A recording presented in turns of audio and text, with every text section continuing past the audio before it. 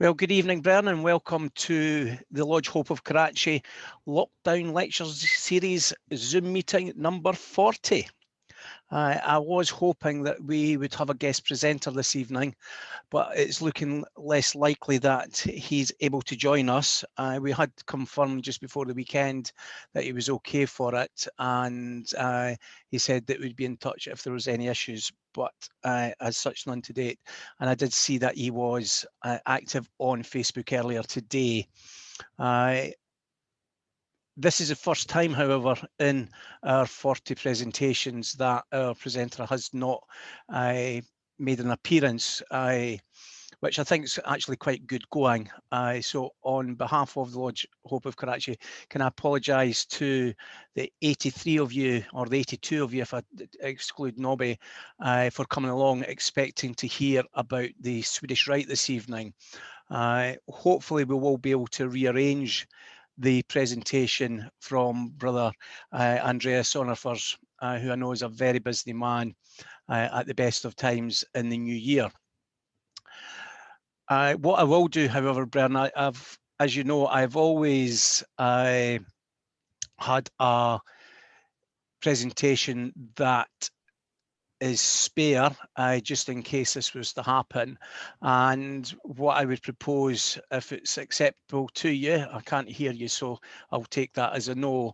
I'm going to give you a 30-minute rendition of the connections of Freemasonry with the American Medal of Honor, and hopefully that will be suitable to you.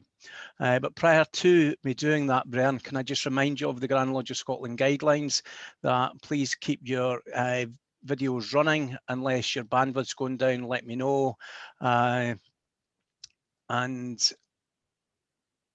please can you sign the virtual tile on our Facebook pages, and if there happens to be any questions later on for me, since it looks like it's me now, please put them in the chat. I will now try and share my own screen, Brian.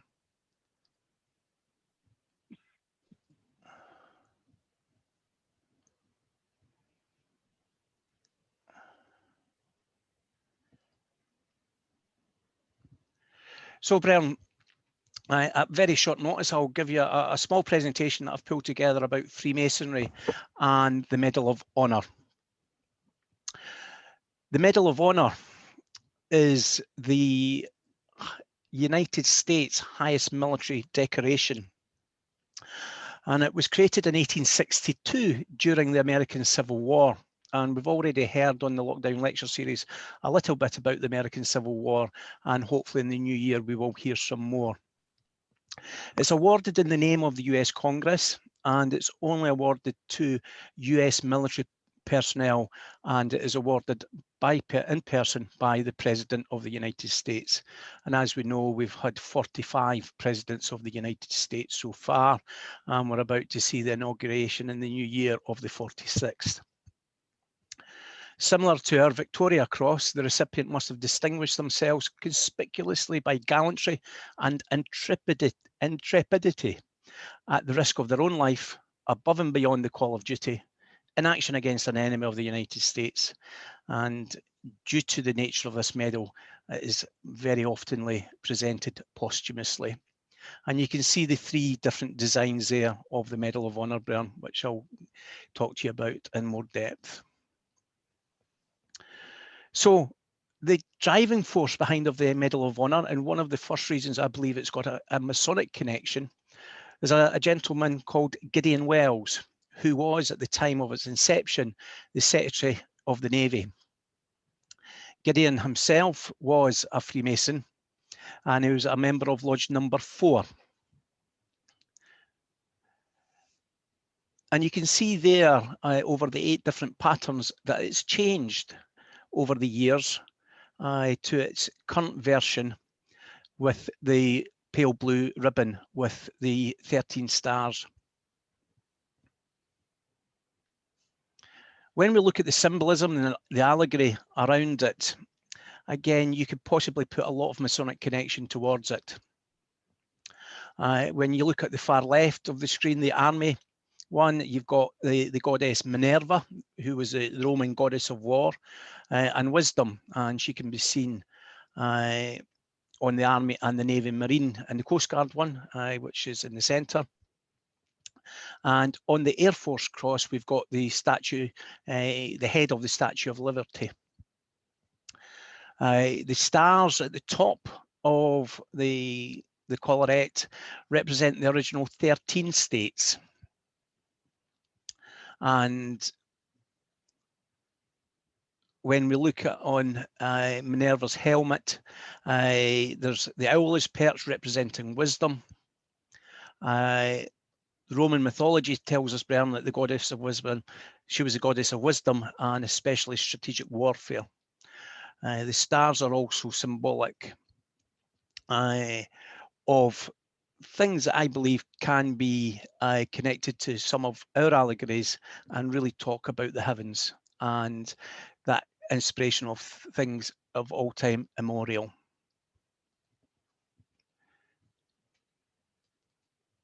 All these boxes coming up there on my computer, apologies.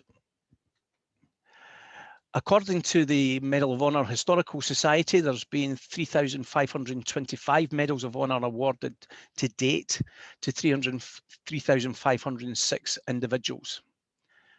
When we go back, over 40% of the actions were awarded during the American Civil War.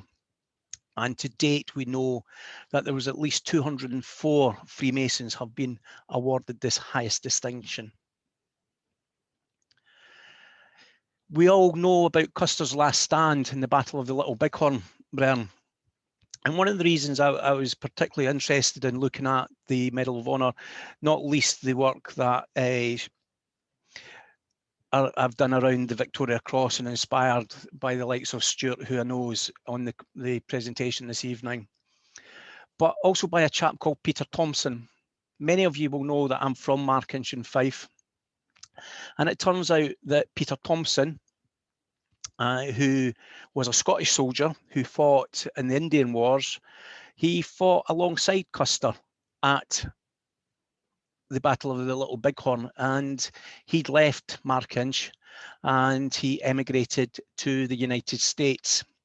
He was a member of the Golden Star Lodge No. 9 and led South Dakota.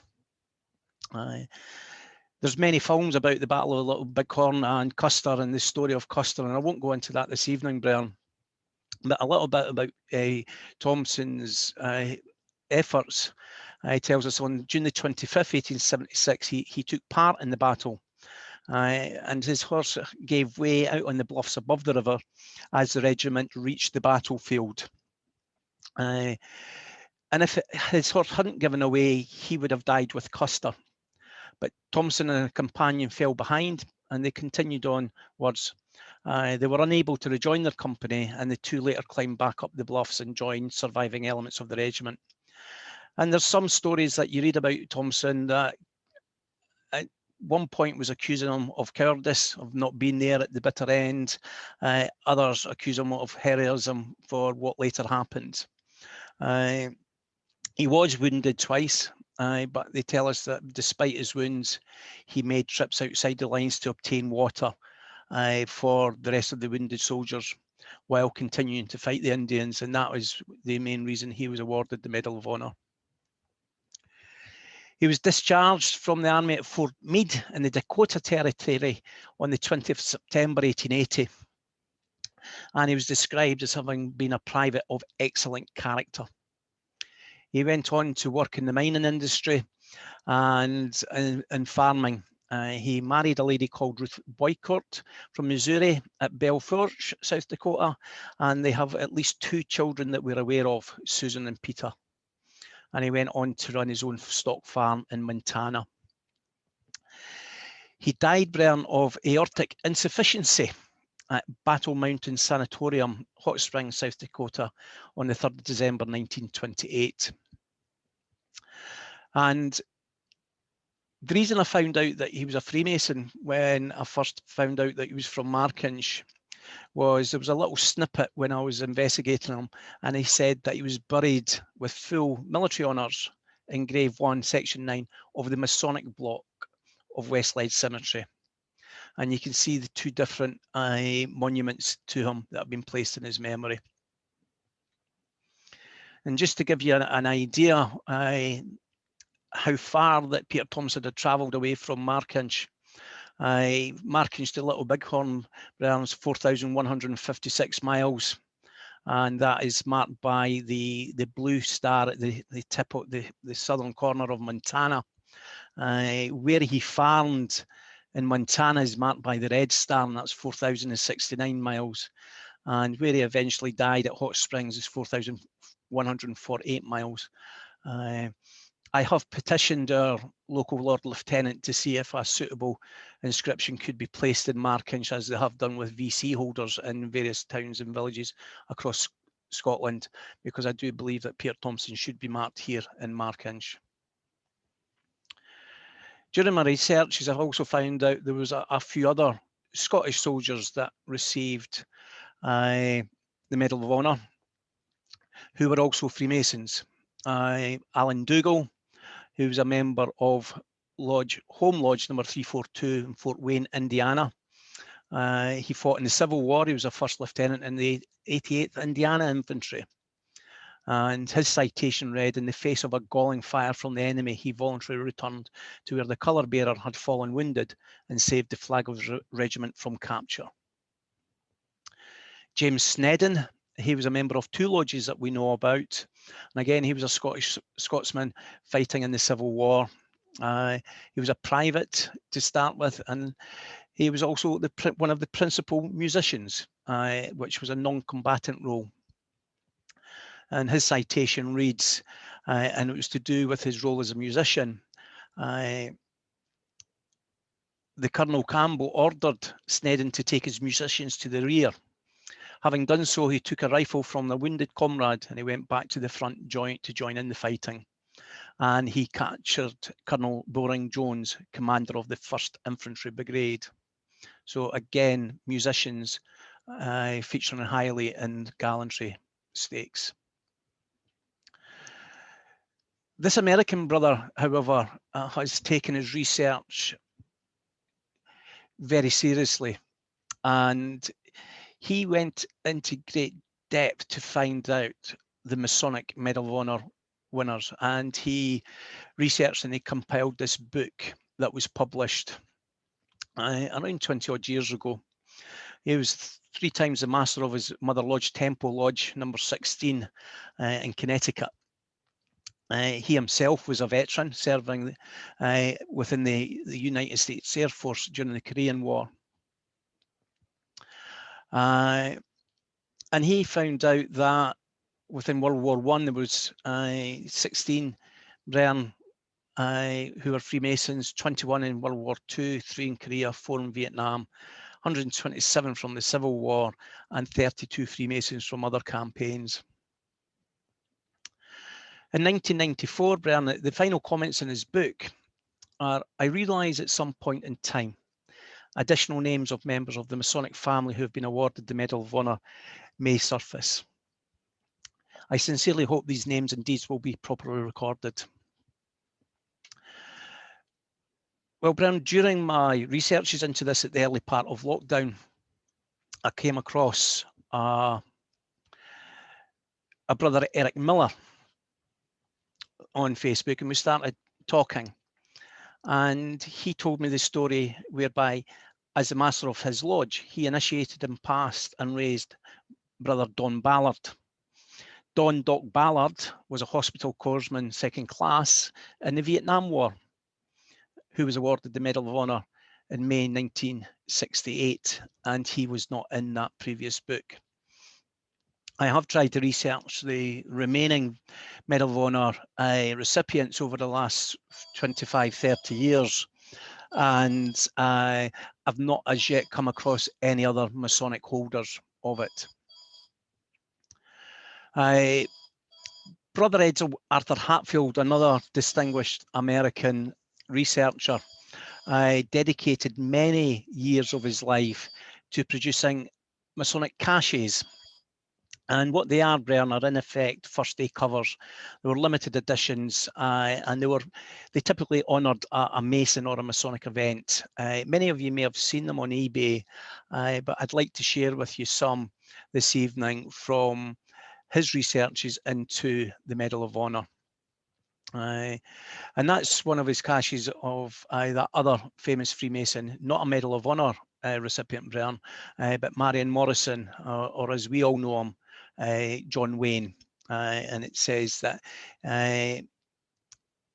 gives us dates that he lived, the lodge he was a member of, the temple that he was a member of, and these have become highly collectible, particularly the first day of issue ones.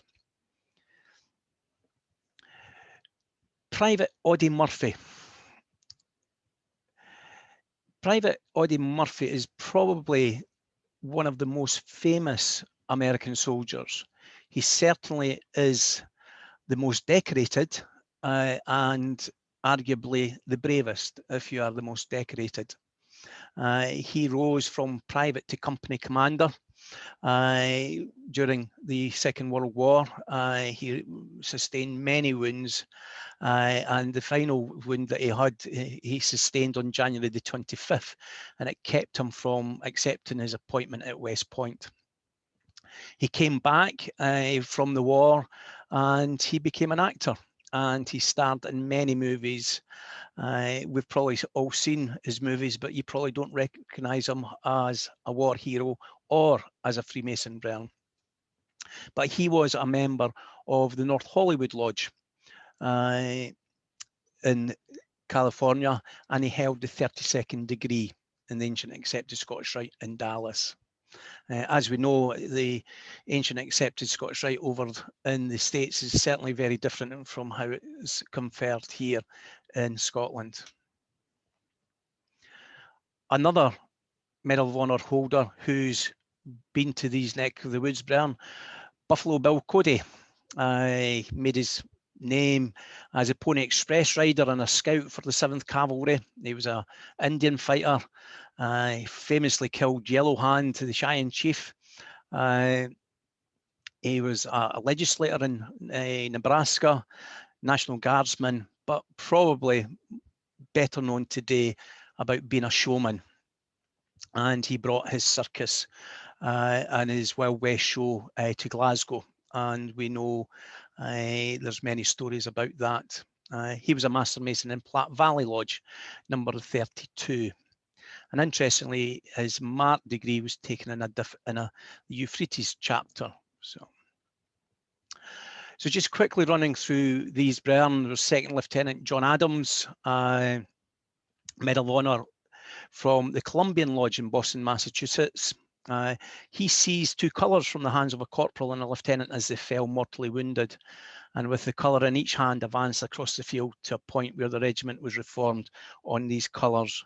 And we know the importance, Bren, of the colours to the regiment, and our Masonic ritual pays testament to that when we invest our standard bearers. Corporal Nathaniel M. Allen, a soldier at Gettysburg, again taking the colours and turning into the face of the enemy's fire and ensuring that the battle turned. He eventually saved the flag from capture and brought the colours home with him. He was a member of St. John's Lodge. Captain Frank Baldwin in the 19th Michigan Infantry. Under fire ahead of his own men, he singly entered the enemy's lines and captured 2 Confederate officers and their regimental guidon. Again, that's one of their colours. Frank Baldwin went on to receive 2 Medals of Honour, Bren. The second one at McClellan's Creek, Texas. Along with 2 companies, he voluntarily attacked a superior force of hostile Indians to enable the escape. He was a member of Siloam Lodge in Constantine, Michigan. Dennis Bell, 10th Cavalry in Cuba, voluntarily went ashore in the face of enemy fire and aided in the rescue of his wounded. This after several previous attempts had been frustrated. We don't know his Masonic lodge, but his grave has Masonic emblems on them. Major Randolph Berkley, a member of the John A. Lejeune Lodge. Lejeune being a famous Marine name. If you go back, you'll have all heard of Camp Lejeune and all the Hollywood movies. Lieutenant Wilman Blackmer, a lieutenant in the Virginia Cavalry. Again, at a critical stage of the battle, without orders, led a successful advance, and he was a member of Winchester Hiram Lodge, number 21.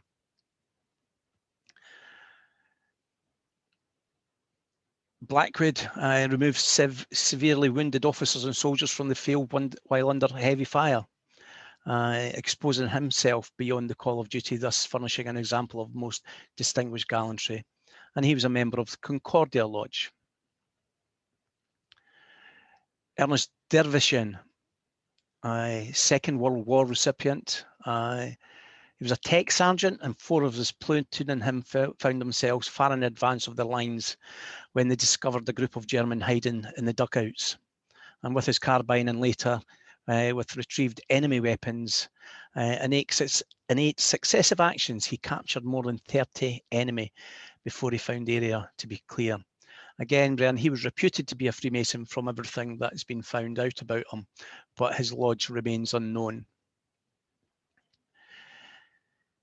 General James Doolittle, and you can see President Franklin Roosevelt presenting him there. Doolittle was a member of the Hollenbeck Lodge, and Jimmy Doolittle is famous, and there's a new film out about him, and he led that bomber raid to Japan, where they stripped out the bombers, and that was one of the parts of the turning of that war. You can see Franklin Roosevelt there, and later on he would announce that his cousin, who was also a Freemason, Theodore Roosevelt, would also receive the Medal of Honor for his actions at D-Day at Omaha Beach. The president was a Master Mason in the Holland Lodge number 8, and many other appendant organizations. And as we know, he was a very active Freemason.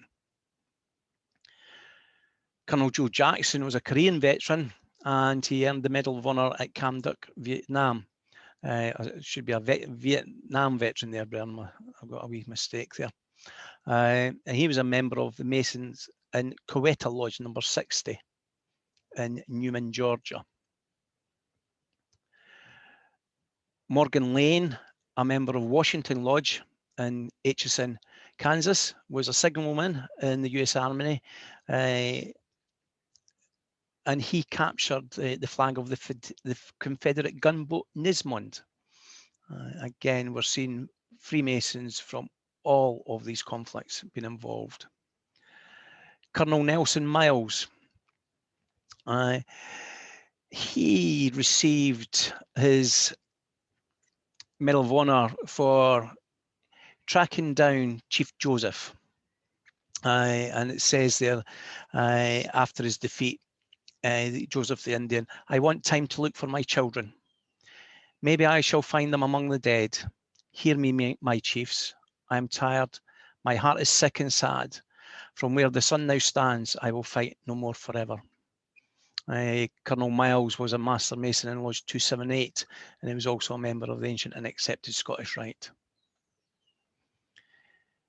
Captain Lewis Millet, another recipient, Korea this time, when he was pinned down by small arms and anti-tank fire. He did a bayonet charge up the fire-swept hill, throwing grenades, clubbing and bayoneting the enemy. Very brave man. And he was a member of the Tyrian Lodge number 353.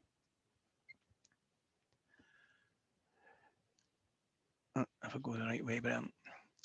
Major General Wendell C. Neville. He was awarded the Medal of Honor for distinguished conduct at Veracruz in Mexico. He helped take Guantanamo Bay in Cuba. And as we all know, Guantanamo Bay is still in the hands of the American military.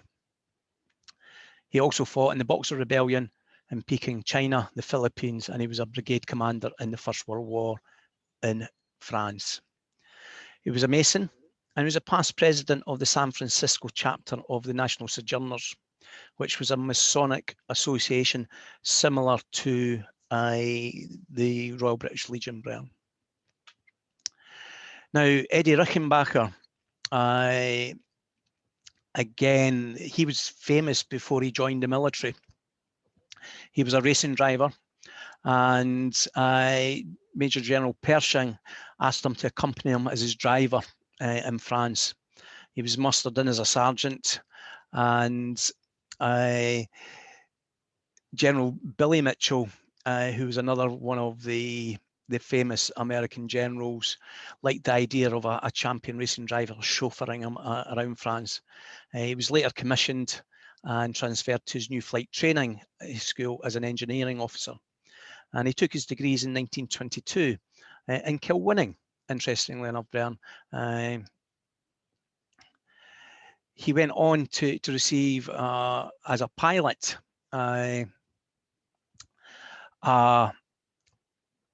Medal of Honor and he made his first 5 kills near Paris.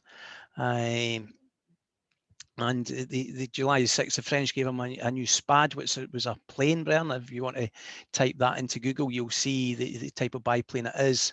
And he made 21 more confirmed kills, and he was then recognised as America's ace of aces. And there's for his second one. Distinguished Service Cross with 9 oak leaves clusters for all his confirmed combat victories. 33rd degree Scottish Rite in 1942, and he received the Distinguished Achievement Medal of the Grand Lodge of New York. And in 1957, the Detroit Commandery was named after him. President Theodore Roosevelt. And I said earlier that his cousin, the President FDR, recognised him with the Medal of Honor. His actual action for the Medal of Honor was for an action at San Juan Hill in Cuba. And it was a good few years afterwards that he was recognised by it, and he's one of the very few that are father and son recipients of the Medal of Honor. Major William Shomo, January 11th, 1945, on a strafing and photo recon mission, he attacked and shot down 6 fighters and the bomber, while his wingman took out 3 more. He was a Master Mason in the Dormant Lodge, 684 in Pennsylvania. Captain Sitter, Marine Corps, member of Oasis Palms Lodge, Brown. He was wounded in the face, arms and chest by grenade fragments, and over a 36-hour period, 50% of the casualties to the regimental strength was impacted in their area. And the Marine Corps say that his courage and example was in the very best tradition of that corps. General Skinny Wainwright, he was imprisoned in a Manchurian prisoner war camp for many, many months, 39 months, Brian. On the 16th of May 1946, on his return, he took all 3 degrees, and on the May the 17th was elevated to 32nd degree. And I know for us in Scotland, that doesn't seem quite right, that you can join one day and receive your 32nd the next day. Hulon Whittington, again, from the Second World War, he assumed his platoon when his platoon sergeant was one of the casualties.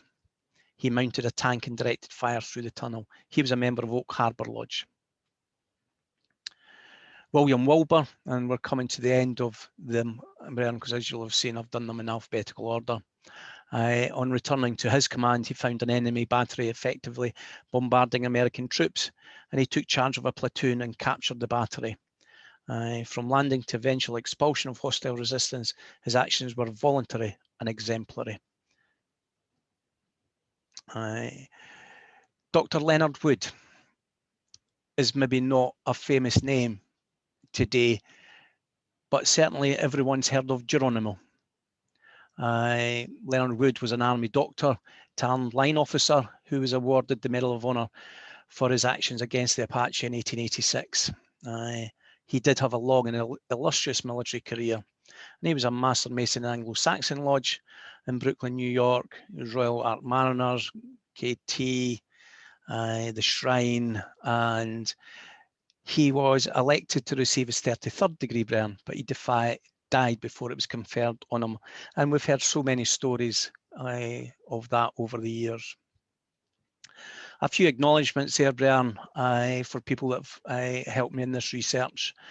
Brother Peter Taylor, that we all know, Mark Tabbert, the author of American Freemasons, Freemasons for Dummies, and my visit to the George Washington National Masonic Memorial is a must for anyone who is in the DC area, and particular reference to Brother Ken Barrell in his book.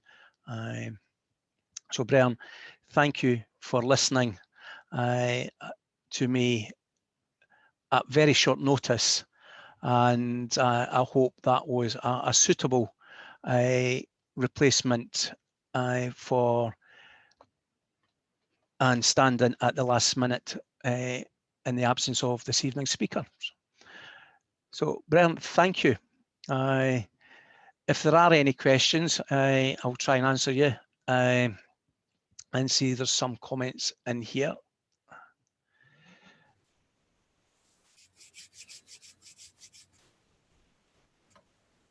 Dickon, thank you very much. I didn't see that before I started, but I will come back to you and we may try and get you to be one of our speakers one evening.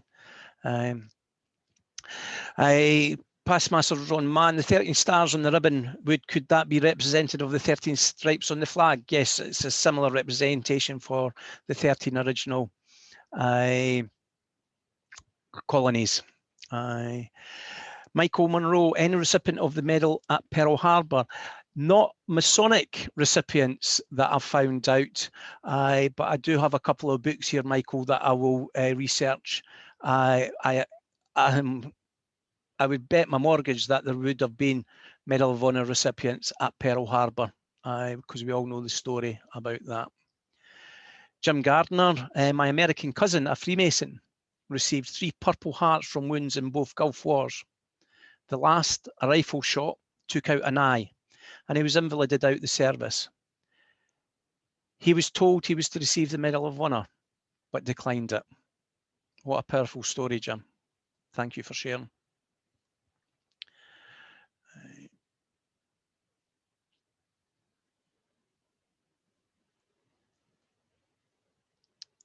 Stevie, I will do.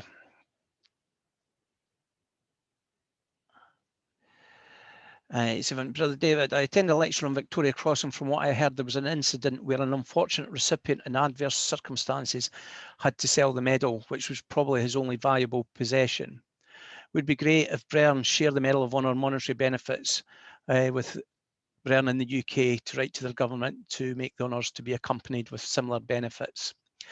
One of the differences between the Victoria Cross and the Medal of Honor is that the Victoria Cross can be sold because it's something personal, but the Medal of Honor, it is illegal to sell them because they still belong to the United States Congress. So if you do come across anywhere online, Brian, trying to flog you United States Congressional Medal of Honor, you will know it's a fake. Whereas if you've got the wherewithal, you could probably buy a Victoria Cross for in excess of £500,000. Laird Allen tells us he's a limited number print of the Doolittle raid depicting the takeoff from the aircraft carrier. Aubrey, you said 3,500 medals have been awarded to 3,200. Yes, there was a good few hundred that have been awarded it twice.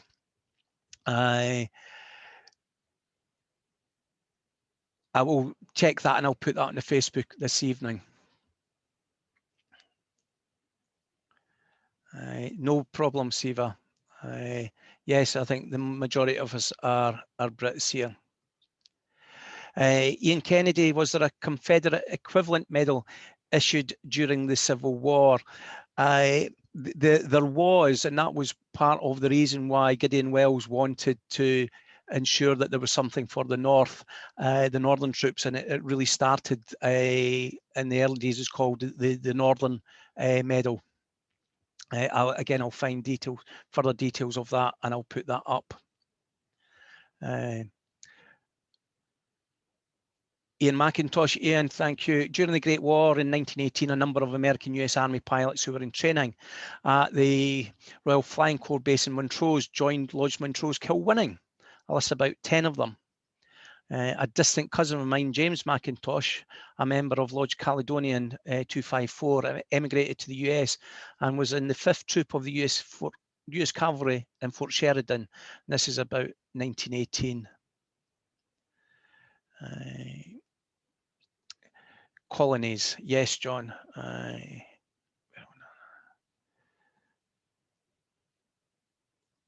Tom, Gordon, I have a large collection of Masonic first day covers and wouldn't mind adding these to my collection. Thanks again.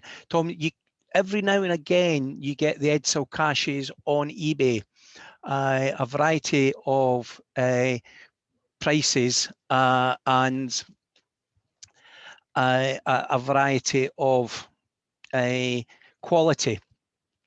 I was gifted very recently something that is very precious to me, and if you can see that, Brian, it's a VC postcard with the VC George Cross Association Christmas card from 2001, and on the back it is signed by a Masonic VC holder. The brother who gifted it to me knows how much that means to me, and Tom, they're the type of ones, if you can get for your collection, become very special. But again, I think if you're looking on the American pages, there's a Medal of Honor Facebook Society page as well, where I've managed to get a lot of information, and that's where I found the story about Doc Ballard and the being initiated, passed and raised by this chap, because I just put a comment on researching Masonic Medal of Honor winners. So there is a community out there that will speak to you. And that's all the questions, Brian. I thank you very much for the wee plaudits there. I really hope that I would never have to do this last minute stand-in, but we've always kept one back just in case. Next week, Brian, I hope there'll be no issues. We're bringing back Brother Mike Neville to speak to us, and I felt because it's the season of Advent and it's coming up to Christmas, Mike does a very interesting presentation, and he's written a book about the connection of Freemasonry and Christianity. So he's going to join us next Tuesday evening to give that presentation to us. That may be our last presentation before we break for Christmas. But I'm trying to work on a little surprise, and if it comes across, if it comes to pass, that will happen on the Tuesday prior to Christmas, so 2 weeks from this evening. More information will be on our Facebook pages around that. So Brian, please feel free to unmute yourself.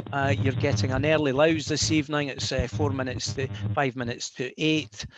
So just in time for you to go and watch EastEnders this evening. Right, Worshipful Master, may I thank you for stepping into the breach and leading us on an excellent presentation this evening. And I'm sure everybody will have the kind words to say to you. Yeah, well done, Gordon. Well done. Well done, Gordon. Well done, Gordon. Extremely well done tonight, Gordon. Superb Well done, Gordon. Thank you. Well done, Gordon, Mickey.